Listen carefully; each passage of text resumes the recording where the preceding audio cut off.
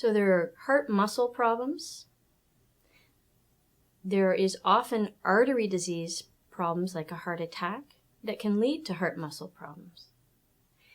Then there are sometimes heart valve problems and rhythm problems of the heart.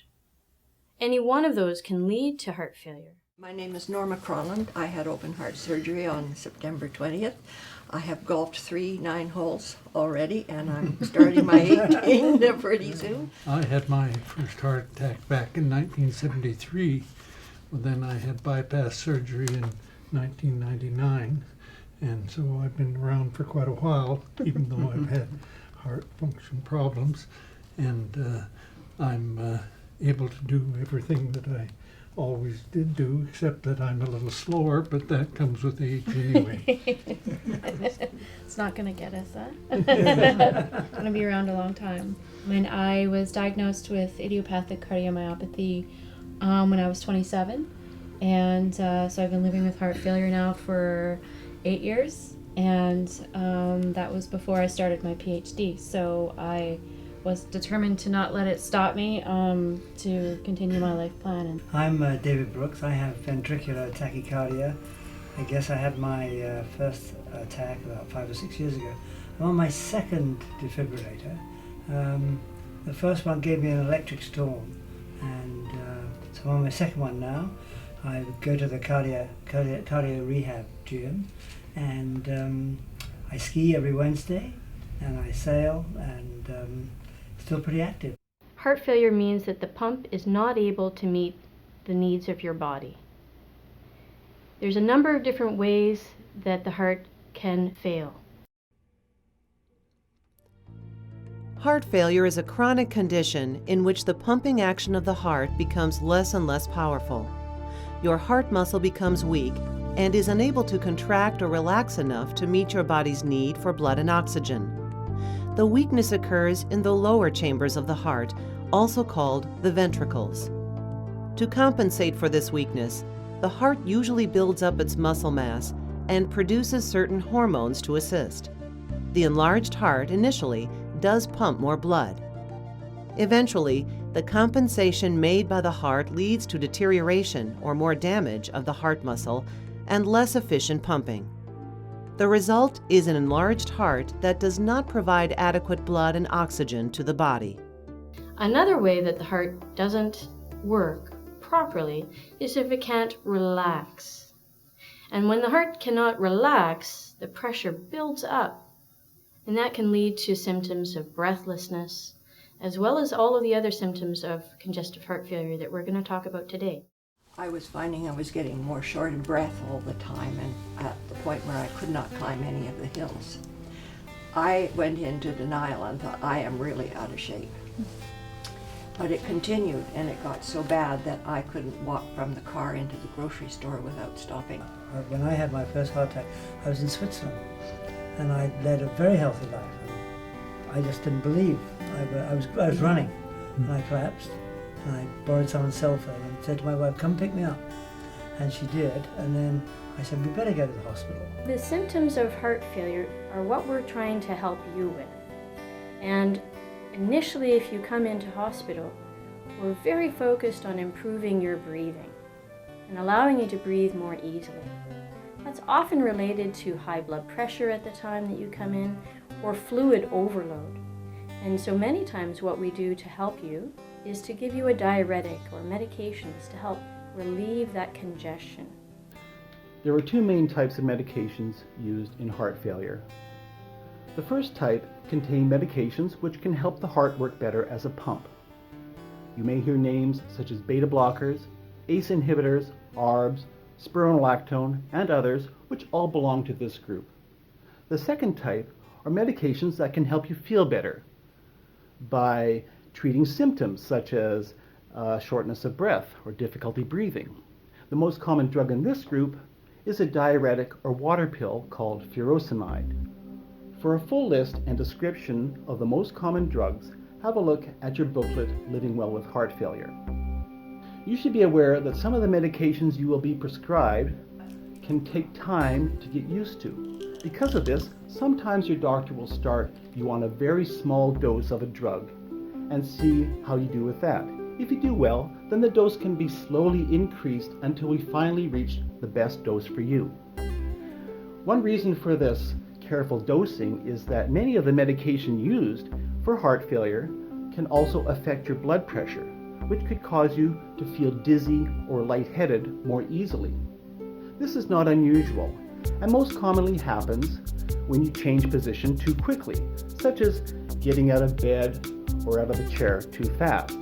If you do have some dizziness, you should try getting up more slowly, such as sitting on the side of the bed for a short time before standing up. Now, if the dizziness is quite bothersome, or if you're lightheaded when just sitting still, well, you need to talk to your doctor or heart function clinic nurse. Now, if you have some dizziness, one thing you can try is to change some of your dose times. For example, instead of taking all your once-a-day pills in the morning with breakfast, well, you might try spacing the doses out by taking some pills in the morning and some pills later in the day, such as supper time or bedtime. Of course, one medication you do not want to change to evening dosing is your water pill, such as furosemide. Otherwise, you'll probably have to get up during the night to go to the bathroom. If you want some advice about all this, you need to talk to someone from your healthcare team, such as your doctor or nurse practitioner, your pharmacist, or heart function clinic nurse. Before you leave your doctor's office after a visit, make sure you are very clear about all the changes to your medication. That is, which new medications are starting, which ones are stopping, and which ones have had the doses changed. Have your doctor write all this down if necessary, because it's very important that you understand all these changes. Also, you should try to keep a card or piece of paper with a list of your current medication and the doses, and keep that with you. Well, I found I didn't even know what questions to ask because I'd never been sick before. So all of a sudden, I've got this thing, and I'm thinking, well, what do I ask? You know, you want to ask lots of questions, but...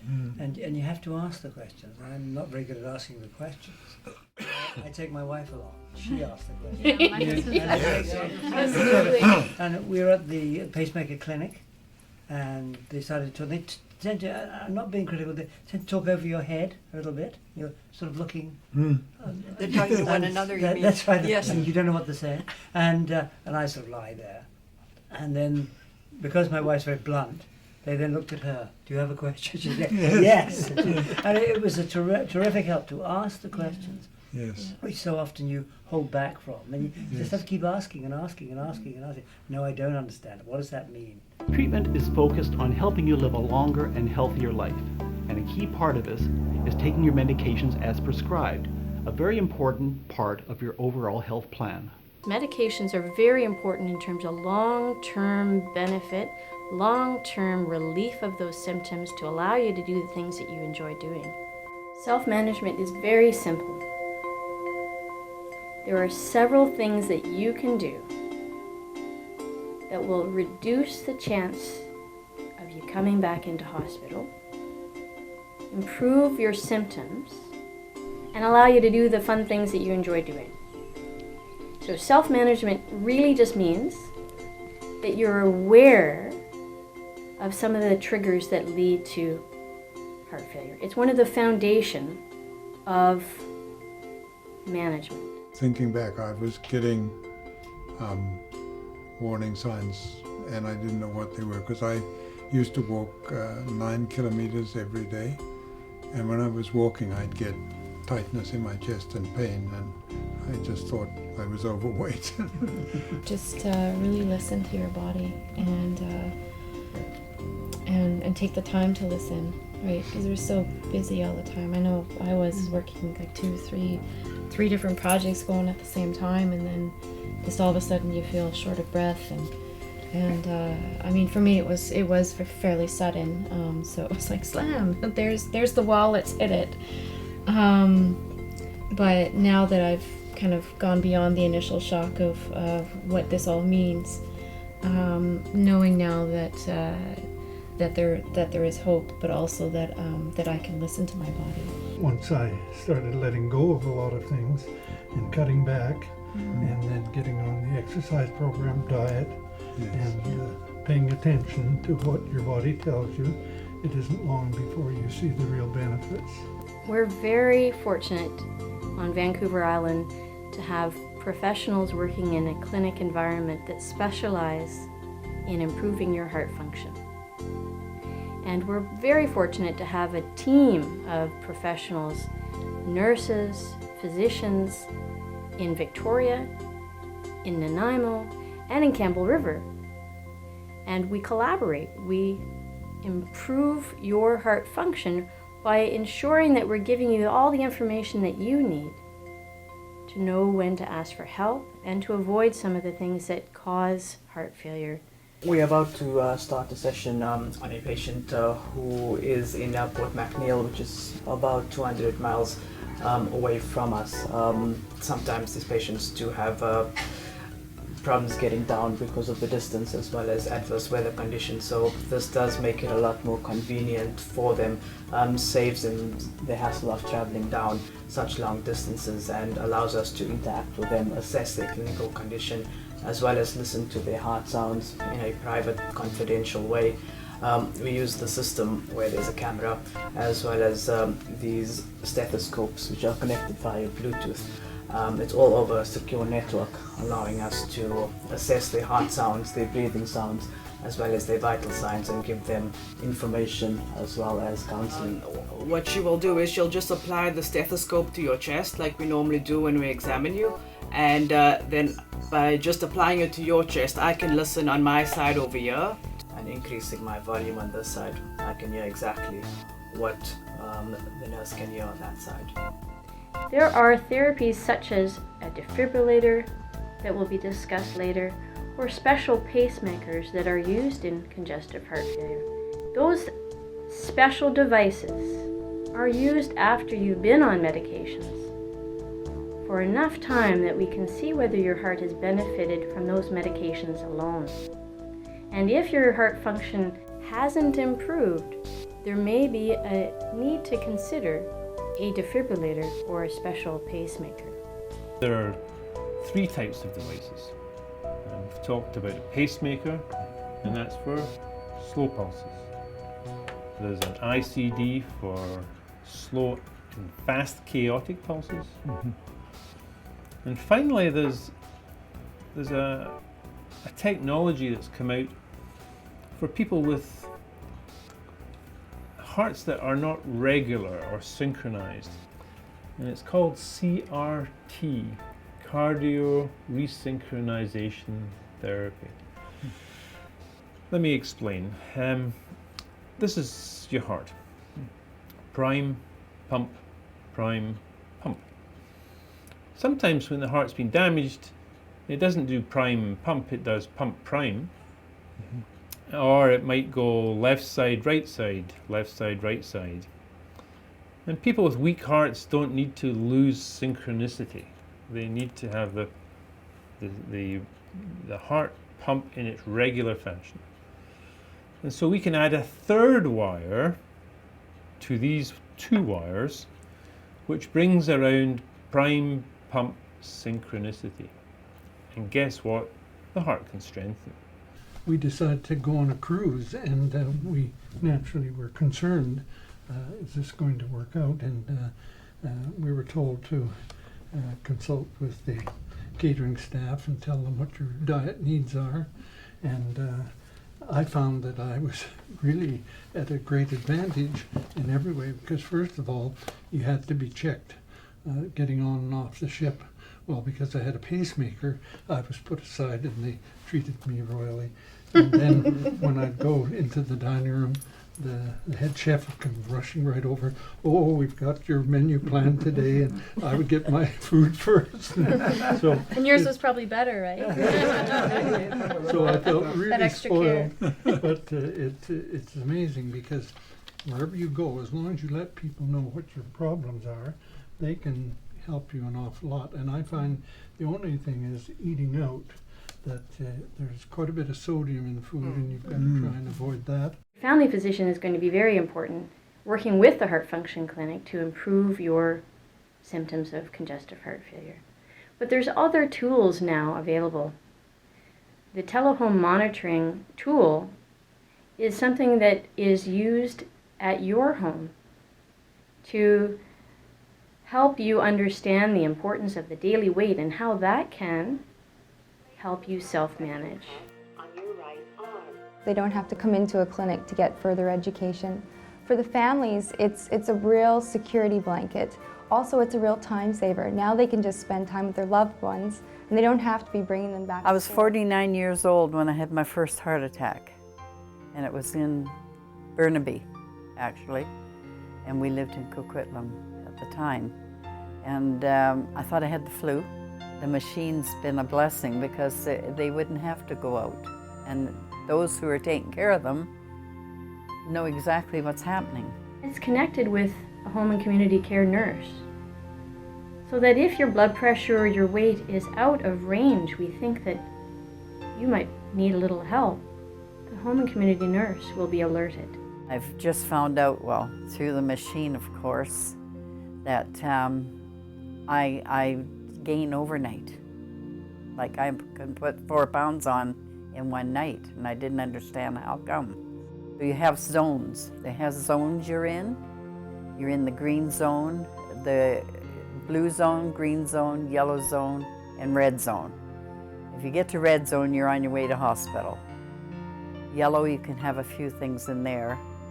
The green is a good zone to be in, and a blue, of course. And so you stand on the scale, and then you do your monitoring of oxygen and blood pressure, and your weight is what they're interested in. And then he asks you all sorts of questions after that. I was limited to the amount of water. Dr. Baillie said that I was drinking 6 to 8 glasses of water a day. I'm a diabetic, so I was thirsty all the time, so of course I'm drinking this out of style. Well, I didn't realize that's how I was retaining fluids. I didn't realize the salt that you don't know about, when you take it in, that holds water too. So I got a hold of the nurses who do the monitoring, and I said, well, how much am I allowed a day? First of all, I think being aware of knowing how much helped me, because now I'm looking for the underneath part of it. You're not to go over 8%, and I'm looking on the packages, and if they're below that, if it's 2 or nothing, even better yet, I can eat it. Salt avoidance is very important, and knowing where salt is hidden, because salt attracts fluid. If you've gained 5 pounds in a week or 4 pounds in 2 days, that's typically fluid shifting inside your body. And that can lead to symptoms, and that's an early warning before you've developed such severe symptoms of breathlessness that lead you to the hospital. Hi, my name's Yvanna Buchanan, and I'm the dietitian for the 3rd floor at the Royal Jubilee Hospital. I'm responsible for supporting people's nutritional health. With heart failure, that means limiting your sodium and limiting your fluids. When I say salt, I don't just mean the salt shaker on your table. I also mean the hidden salt that can be found in your diet. So things that come in a box, a tin, a bag are generally more salty and should be avoided. And when you do eat those things, read the food label to find out how much salt you are eating. With heart failure, we say to limit your fluids to 1.5 liters to 2 liters per day. This includes anything that is liquid at room temperature, such as coffee, ice cream, yogurt, or Jell-O. If you have difficulty controlling your thirst, you can suck on a cold piece of lemon or lime. You can choose sugar-free gum or use an alcohol-free mouthwash. We also concentrate on fluids too. And a fluid is anything that's liquid at room temperature. So what kinds of fluids do you like to drink? Well, I like to drink whiskey, but I can't do that anymore. So I drink soda water. Okay. I drink water at home. I just have taken a liking for tea. So I combine all those things in a day. The guideline for sodium is less than 2,000 milligrams per day. This means mostly limiting packaged prepared foods. More than 75% of sodium in the Canadian diet comes from packaged prepared foods. So avoid anything that comes in a tin, a box, that you don't make yourself from fresh ingredients from scratch. One thing you can also do is read a food label to know how much sodium you are eating. It's also great to make flavor-filled foods with herbs, spices, fresh ingredients from scratch at home. Sometimes people are on what we call a fluid restriction of 1.5 liters or 6 to 8 cups of fluid in total for the whole day. And that's to avoid excess fluid building up into your body, causing those symptoms. I like salt. It was a tough thing, and I didn't do it instantly. I mean, I stopped adding it instantly, but yeah, it's amazing how much food has sodium in it. Everything. Yeah.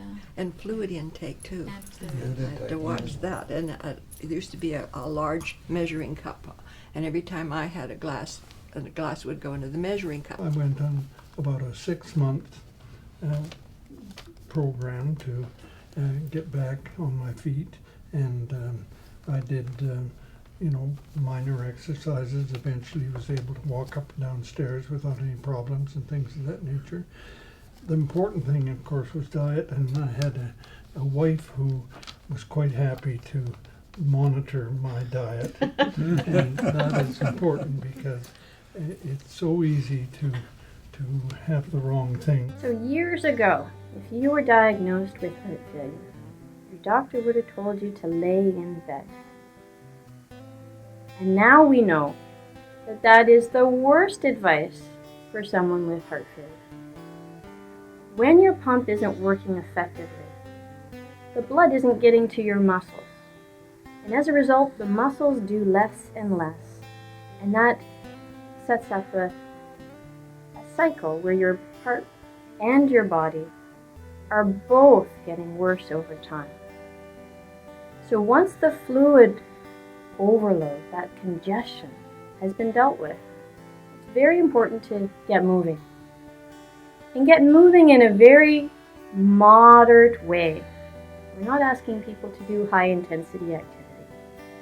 But moving in a moderate way, and sometimes in a supervised environment, will allow you to build your strength and improve the ability of your muscles to work efficiently. Sometimes people think that if they exercise harder, their heart function, the squeeze of the heart, will improve. And that's not the case. The medications really help with that. But when you're working your muscles, you allow them to use oxygen more efficiently. So in fact, you can do more with the same pump function. Once I got over the fact that, emotionally that this had happened and the shock and the trauma of it all, and now realizing it's been a while, but with the exercise, I feel so much better after. It's called Take Heart. That's what the program's called. So everybody that's in that program is all part of people who have had heart failure or have had heart attacks. In this program, I go twice a week. I've got the extra energy where I didn't have before. I tired looking at myself, and I tired looking at everything. Now I can actually get out and do things. Going to the exercise, I feel confident that I can do a lot more, and yeah, I'm not afraid to do it.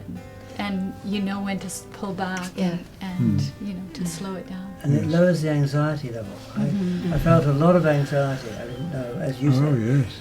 What's this? Everything you feel that's wrong, it could be indigestion. You think, oh, it's the heart. Yes. And then, but if you go to the cardio gym and they're all there and they're looking after you, and everybody else there, although we've got something different, we're all in the same boat. The most important thing you'll notice when you're exercising is that you'll have more energy to do the things you like to do in your day-to-day life. I was terrified at the thought that getting out of breath would make me go back into heart failure. I didn't understand that it would actually help me, and since being here I feel so much more confident, and now I'm out and about and going for walks, and yeah, it's good.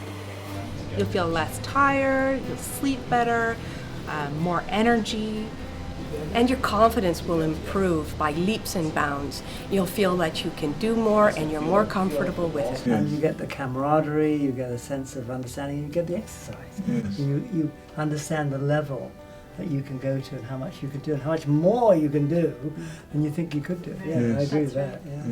Yeah. I was offered the opportunity to come to this, to this program, and I wasn't sure I wanted to do it. I'm not comfortable in kind of group activities, and also I was feeling fairly weak, like I would have a real difficulty with it. But it's been fantastic for me. It's not just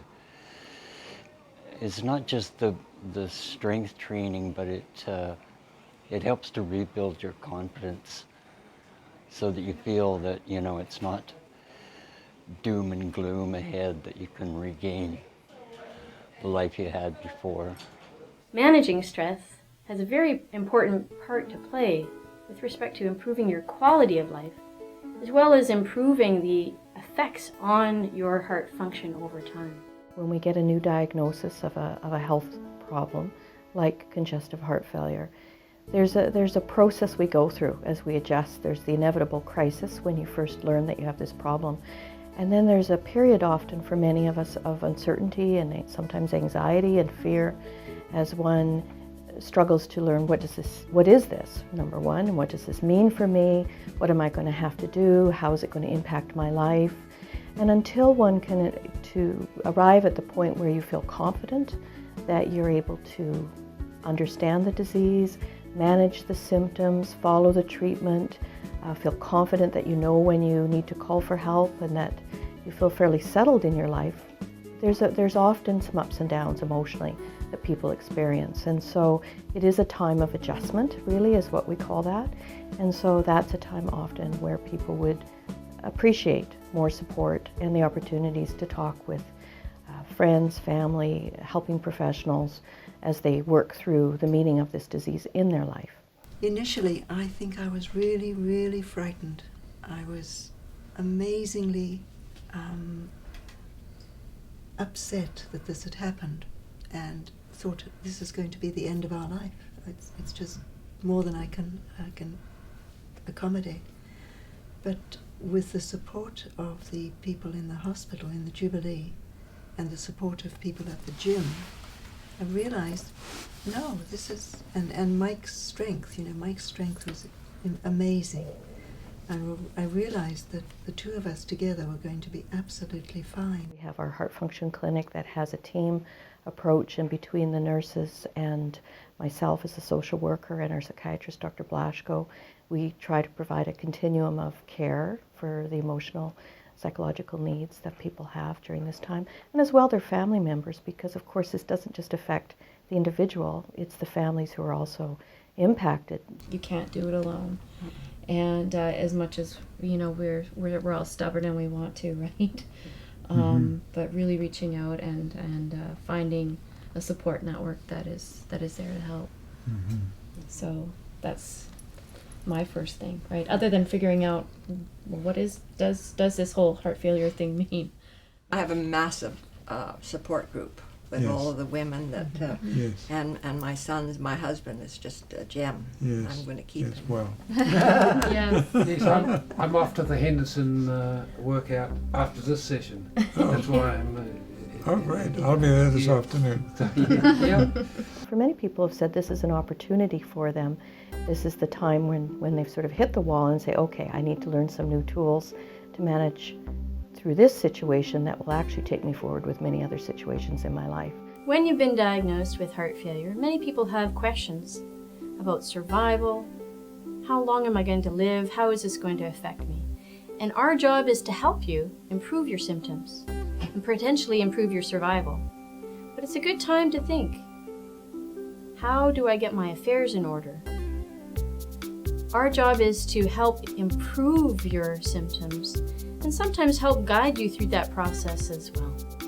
In an emergency, doctors are supported by law to make decisions on our behalf, but it's those other times that that aren't emergent times that we need help, and that's what an advanced care plan addresses, the issues of consent and what people are consenting to. The time lapses from when one has had the heart attack or whatever. Yes. You get more and more confident to Yes. go, and I think with all the support we have here, it gives us that confidence that we can travel more and Yes. feel that we're going to Yes. be okay. Yeah. What we've gone through, it's in some ways a gift because we know more so what everybody else doesn't, and that our time here, regardless, is limited, Yes. right? And so we're just more conscious and we're more aware of that. Understanding what are the things that can lead to congestive heart failure are clearly identified in a heart failure zone.